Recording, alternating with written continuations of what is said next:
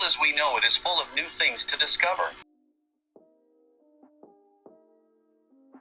From the discovery of fire to that of Newton. Today we will talk about some accidental discoveries. The popsicle.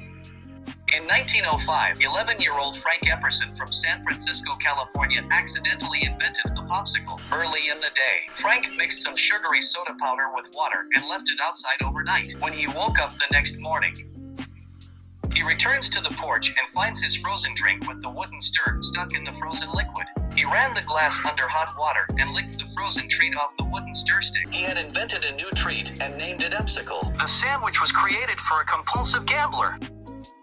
One day, in 1762, John Montague, the 4th Earl of Sandwich, was in the middle of an intense gambling session that he wouldn't leave the game for meals. He instructed his cook to prepare food which he could easily eat without leaving the table. So the cook tossed some beef in between 2 slices of toast, and sandwiches were invented.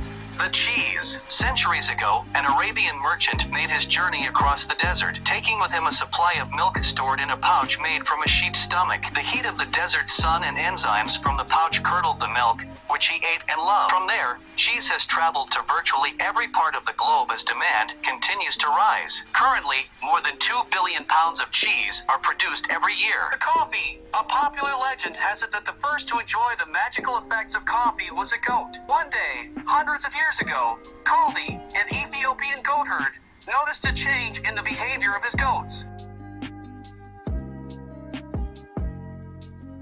Tofu! We owe soft, tasty tofu to a clumsy chef back in ancient China. A cook accidentally dropped a natural coagulant called niggery into a pot of soybean milk. And that was how tofus were made. Slurpees. Omar Nedlick, the owner of a Dairy Queen in Coffeyville, Kansas, improvised when his soda fountain broke in the heat of summer in the 50s by putting bottles of soda in his deep freeze. The soda came out slushy and partially frozen, and Nedlick found that customers preferred it that way. Cheese puffs.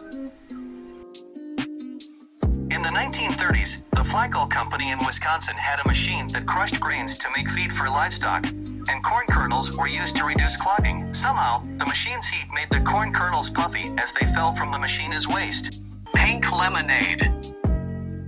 Why are some lemonades pink? One day in 1857, legend has it that Pete Conklin, a salesman who had a stall at the circus, ran out of water for his lemonade. He was so desperate he grabbed a tub of dirty water in which a performer had just finished wringing out her pink-colored tights. Not to worry, nowadays pink lemonade is usually colored with food dye.